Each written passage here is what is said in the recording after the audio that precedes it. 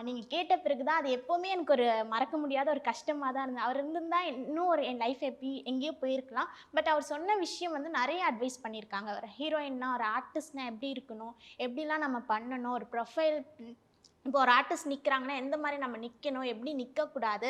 ஒரு ஃபோட்டோஸ் எடுக்கட்டும், இல்ல நம்ம நடிக்கும்போதாகட்டும், என்னென்னலாம் பண்ணலாம்? என்னென்னலாம் பண்ணக்கூடாது?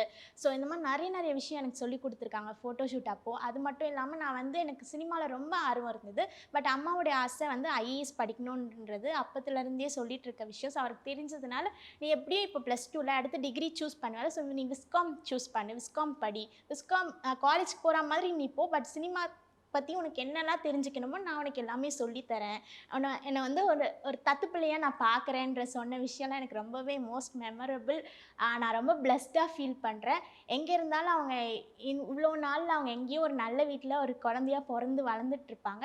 அது மட்டும் இல்லாம எனக்கு மேரேஜ் ஆயிடுச்சுன்னா, எனக்கு குழந்தை பொறந்தா அவங்களே வந்து பொறப்பாங்கன்ற ஒரு ஆசையும் எனக்கு இருக்கு. அந்த வேண்டுதலும் இருக்கு. அதுக்காகவும் நான் ரொம்ப வெயிட் பண்ணிட்டுருக்கேன்னே சொல்லலாம்.